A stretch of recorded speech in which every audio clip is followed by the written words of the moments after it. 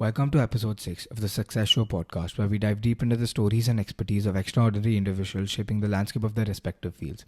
Today's conversation was with an ex IAS officer and a Tedx motivational speaker, Mr. Vivek Atray.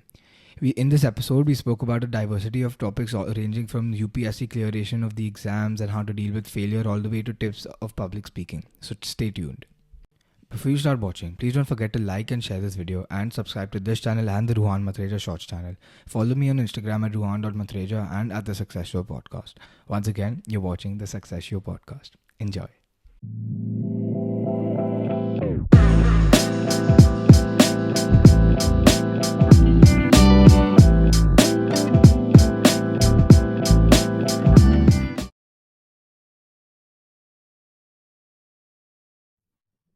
Hi, sir. Thank you so much for being on the show. It's an absolute honor and pleasure to Thank have you. you. Thank you. So, I hope you're doing well. Yes, absolutely. I'm glad I was able to join today. Yesterday I was a little unwell. Today I'm fine. Yeah, yeah. So I just wanted to start by, talking to you about the change you've made from being an IAS officer to, being a TEDx motivational speaker. And, what was this, how was this experience for you and what were the challenges you faced? And, what led you to make this decision in your life? Yeah, it's a good question, important question, I guess, because people wonder, and lots of people are trying to get into the civil services, the IAS. I was in Yeah. the Haryana Civil Service, then promoted to the IAS, and I resigned after a total of 25 years of HCS and IAS. And Okay. that time I had another 11 years to go in my service before I would have retired. So it's been 7 years now since I resigned. And I was basically becoming very creative and I was becoming a motivational speaker in service. So I used to go to Hmm. various places. They invited me to speak. I enjoyed the stage. I enjoyed connecting with the youth. I found that the youth is in need of someone like me to come and talk to them, to tell them that competition is tough, but don't worry about all these things. To be balanced Yeah. and cheerful, and calm and creative. So I started wanting to do more of public speaking, and I didn't have time when I was in service. So I decided to take the plunge, and I'm very happy that I did because now in 7 years I've been to places I never thought, spoken at places I never Hmm. thought before, and I think I've also made a mark on the youth, on the social media, everywhere. Yeah, So they are definitely. listening to me. So I'm happy that I did that and took that decision. Did public speaking come naturally to you, or did you have to, develop your speaking skills and, your interactiveness with So the I was a audience, natural in etc.? many ways. Yeah, I was shy earlier. Hmm. Like your generation is much more confident. Like you're 17 years old. I was probably shy at 17, but I was good enough on stage. And in my early days in school, I had done a couple of plays or theater. Maybe 3 or 4 times I was on stage in school, and in college also a Yeah. little bit. And then when I joined service, I was 24 years old. There were many occasions when I had to go on stage as an officer, SDM, etc., give a speech, and I was okay. Hmm. I was confident. So, but I became better with practice. I became more confident, and today Yeah. I must say I give about 5 or 6 speeches per week, or Oh. camera interactions like this one, and Hmm. it comes naturally. I mean, of course, I can, relate to what you're saying when it comes to public speaking, and in general, you have to, practice and develop those skills, even though you are, maybe a born speaker. I also wanted to, talk to you mainly about UPSC and how people can prepare for it, and how people can deal with failure of UPSC, because not a lot of people, barely anyone can make it into civil services. So if you could tell me a bit on that as well. Yeah. So Ruhan, the thing is that nothing in life comes easy, and there is competition for most things Definitely. in life. So even Yeah. for a startup, there will be competition. Business, there will be competition. You join a bank, there will be competition for joining the bank first of all. Then there will be competition for even from for being in that bank. Uh, Basically, I think we need to realize that the UPSC is just one exam and it leads to one set of services. Of course, they are the best services in government in the country, and one does aspire to it and then for it, and it's very important to be that. But the thing is that we should also realize that uh, we are people who are, we have to take the rough with the smooth, compete to our best ability, try our best, and but keep it in mind that there are so many people, and therefore I may or may not succeed. Nothing in life comes uh, Easy. with a surety, a guarantee.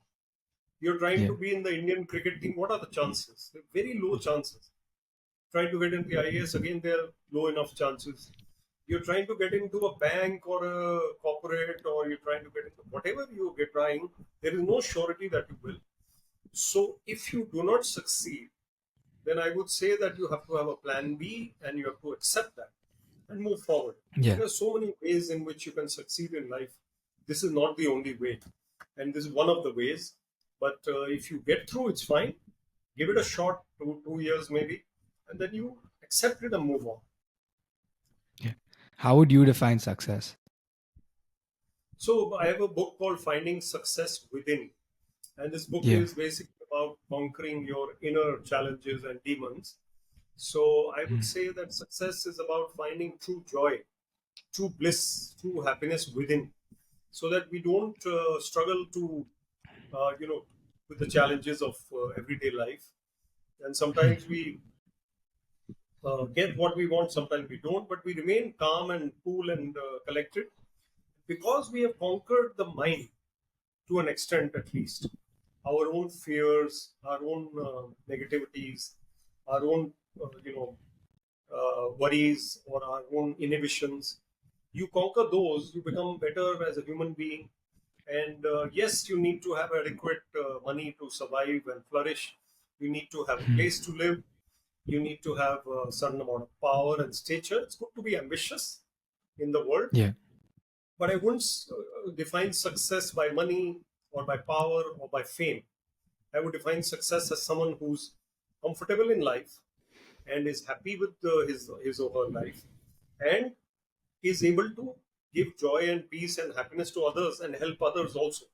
That is a successful person, someone who has goodwill, someone who has attained a certain height in the career, may not be the president of India or America, but is able to balance life and lead a calm and happy life within. That is success. Okay. So, I mean, I have heard this a lot from different people that, success is something that comes from within, and that's something that you decide yourself as well. And it's not only the external factors that influence it. And you basically just elaborated much more on that for me and clarified. So, thank you for If that. you know that at a young age, I was 17, I didn't Yeah. know that. And there's a saying that a 17-year-old admires people with luxury, and someone who's much older and has taken a few knocks in life, he admires people with inner peace. So you learn it the Hmm. hard way. Once you learn it, you realize it. Yeah. Yeah. So for these, I'm sure there is a large percentage of these UPSC candidates who do fail. And so, what is their plan B? And if they're not able to get it through, of course, I know there are, I think, 3 attempts that you can give. But after that, what do they do? Do they have any set plan B that yes, after I fail, or after, if in case I don't make it to the civil services, what am I going to do? No, actually, you can appear at least 6 times. And Okay. but I don't advise people to appear for 6 times. I'd say appear Hmm. twice. See if you are in the fray. If you are going to have a chance, you will know in 2 times, right? You realize Yeah. where you stand. You have some chance, go ahead for the third chance. But otherwise, you withdraw. I would say that if you've done commerce, you've done BSc mathematics, you've done English honors as your basic graduation, fall back on that and do a master's. You could not get through the civil services. Do a master's, do a job, do a teaching Okay. career, do an MBA, Hmm. do something that you are going to get, which is going to help you in your career. And this also this civil services exam helps you in one way. You become very good at your GK improves, your personality improves, your knowledge improves. You will do Yeah. well in any other field because you prepared for 2 years for the civil services exam. So don't take it as a failure. But if you're going to spend 6 years preparing for the civil services, and some people spend more because they have more chances due to their various reservation or whatever, then and you don't succeed after all those years, then you're going to bound to feel bad. So I think you should Yeah. have a job, you should have a postgraduate course or something going on at the same time, even though it becomes tougher, but it gives you more confidence. So that is the way to balance your life. Got it. And when it comes to Indian, I feel like there are a lot of people in our country, especially in India, who really, there is some sort of craze behind government jobs. Is it like that abroad as well? Because I haven't really, heard a lot about something like this in developed countries, and India is still developing. So I do see a lot of people, wanting to become civil servants, and being a part of the IAS or IPS or even the police force for that matter. So is there anything you'd like to say on why this craze is there? Yeah, in India also there are various states which are more inclined towards civil services like Bihar, UP, Yeah. Haryana, Delhi. There are states like Gujarat and Maharashtra, especially, which are not so inclined. They are more business-oriented societies. It's not a you can't put a rule to it. There may be boys and girls in Gujarat who are aspiring to the civil services right now and working hard for it. So largely speaking, I think in India, yes, we do value the government jobs more. Even in other developing countries, Asian countries, you look at it, they will value government jobs more. If you go to Finland or Denmark or Sweden, or you look at even the US or Europe, England, they may not, because they're able to get equally good or better jobs in the private sector. Hmm. Even being a self-employed professional is a good idea at times. You are a lawyer, you are a doctor, you are a chartered accountant, you're an architect, you have your own practice. It's a good idea. So preferable to government service at times. But if you are wanting to be a doctor in the government, that is also fine. You are a medical officer. I think it's important to realize the kind of person you are also. In the government, you Yeah. require a certain mindset of permanence. You have a permanent job. You have a steady career. If you are more ambitious, dynamic in terms of doing traveling more, in terms of earning more money for your family or whatever, then you will be better off in the private sector or in the self-employed sector. That's it. Yeah. How is life as an IAS officer? If you can tell me a brief reality on, how it is to be an IAS officer, and someone I with was, such high a job profile like yeah, you. I was interviewed by a youngster once like you, and it was on behalf of a TV channel. And he came with the Okay. TV channel to spend one day with the DC Panchkula, and I with the DC Panchkula, the deputy commissioner of a district. And he spent one day with me, and he saw my life on that day, what I did throughout the day, and it was diverse. Meeting people, going somewhere, writing some papers, and then again meeting people, and then calls and activities and functions, and maybe you go and inaugurate something and give a speech. Hmm. So lots press Hmm. conference, many things were happening, and he was quite, he said so many things in one day. So I think that defines the IAS life. You do so many things in one day. You are a generalist Yeah. officer. You're not a scientist where you will do your research in a depth, which is great.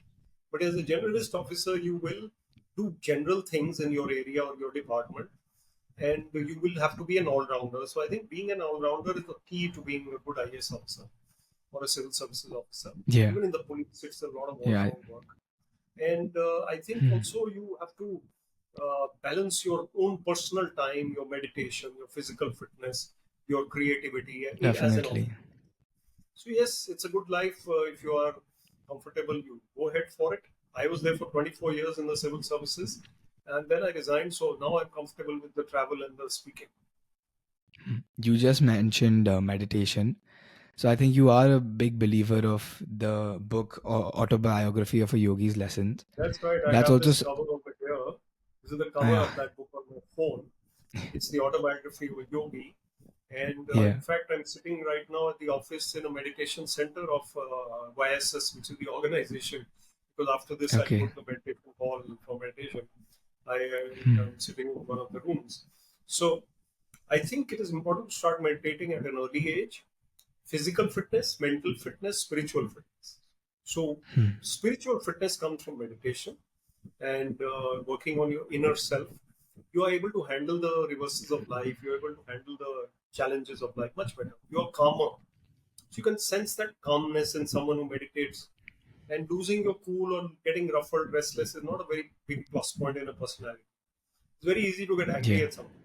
Very difficult to keep calm. So I think you have to realize that.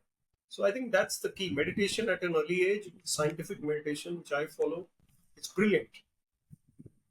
Yeah, I think my first episode for this podcast was with a hair transplant expert, and he also is a huge believer of this book. And he shared the same experience of how much he also really recommended it to me for me to read, What's his name? because Dr. Pradeep Sethi. Okay. So he's also from Delhi, and that's what he also really believes in a lot. And I was also in conversation with him about the same thing in that Go episode ahead. as well, so I can definitely connect. You're a deep thinking young man. You must go in and read this Thank book. you. And all those Yes. who are your age who can, they must also read it. It's very good for them. Yeah. So tell me So anything else I can talk about? yes. So also, kids our age, what can we do to change the country? Kids my age or even younger, or perhaps even a bit older, what can we do to help contribute to a change in the country? I think you can work on yourself and become balanced, cheerful, confident individuals. You can also develop empathy Yeah. for the society, for the poor, and climate is very important these days. Climate change, you have to really work hard on climate as a young group. Yeah. You can make your own NGO, you can make your own group, you can help the neighboring areas, you can create awareness about Hmm. saving water, saving electricity, about the need to use less air conditioning. All these things are possible for youngsters to do, and I think we must do it. Yeah. And I would also say that you should try and develop your own abilities and calmness and confidence, so that later in life you can do more for society. So little bits of Yeah. empathy and calmness and compassion, they help you and help society. Yeah. I think the small steps lead to a larger picture. So I think if even 10 people start today and we, make a huge community of people my age, it'll definitely create a huge impact. Absolutely, So absolutely. also, there is a lot of corruption in every country, but talking specifically about India, how do you think, civil servants or people who are working in the civil forces can adapt to that? Especially people who have a lower job profile. How do you think they should, adapt to it and basically, that. Ultimately, it's an individual decision Hmm. to indulge in corruption or not. People are honest in the government. I've seen lots of people who are honest at all levels, at the higher level, at the middle level, at the lowest level. There are people who Yeah. have the opportunity to make money on the side, but they don't. I know there are people who are much more honest than one would think from outside. Yes, there are some Hmm. people who are not honest, and I would say to them that they need to realize the bigger picture and not indulge, because ultimately it is something which won't let them sleep, and their family will not really benefit. And even I would say Yeah. to people Exactly. who are trying to bribe government officials to get their work done because it's taking time or whatever they want to do, speed money, I would say that they are also equally culpable and wrong, and both sides should refrain. So wherever I went, I made it a point to my staff and my team that we are not going to allow any hanky-panky in our department, and hopefully it didn't happen while I was there. Depends on the Yeah. boss to take a stand and be tough on that. And let's hope that it can continue in the country, the movement to eradicate corruption. And Yeah. it's a large country. There are large numbers of officers and employees. Whatever can be done should be done. So let's hope it can. Yes. Yeah. And the amount of speeches you've given, right from saying, when you win awards or even TEDx motivational speeches, can you give some basic tips on public speaking? I'll do that, and then we'll have to close because I have something else. So, Sure. yeah, so I'll give a tip that firstly, you have to be a high energy version of your own self. When you are on Yeah. stage, you have to bring in energy to your performance or your speech. You can't be listless or low energy. Number two, you have to practice your content. Your content has to be structured, it has to be Yeah. uh, analyzed, it has to be given enough time. For example, a 10-minute speech, you got 5 points, so 2 minutes each. And opening and closing is also important, powerful one. And then practice your diction and delivery, how you speak, how you emphasize Yeah. something, how what kind of stories you give are also very important. Your style also is important, and then humor is also important. So a complete speech has a lot of this, and I find that my speeches are improving compared to before. I'll try and share some more speeches with you, and so keep improving. Sure. Don't think that now I'm very good, I don't need to improve anymore. Keep improving with every time you go on stage. Yeah. Thank you so much. It was really an honor to have you, and I really it was extremely insightful for me, and I think I really did learn a lot about UPSC and IAS, especially when it comes from some a high profile a person like you. So thank you so much for being on the show. It was an absolute honor.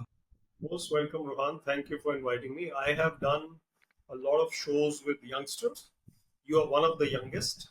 In fact, I interviewed someone who is only 11 years old for my show, and she's an international Oh, golfer. Along with her mother, she came on my show, and I enjoyed that interaction.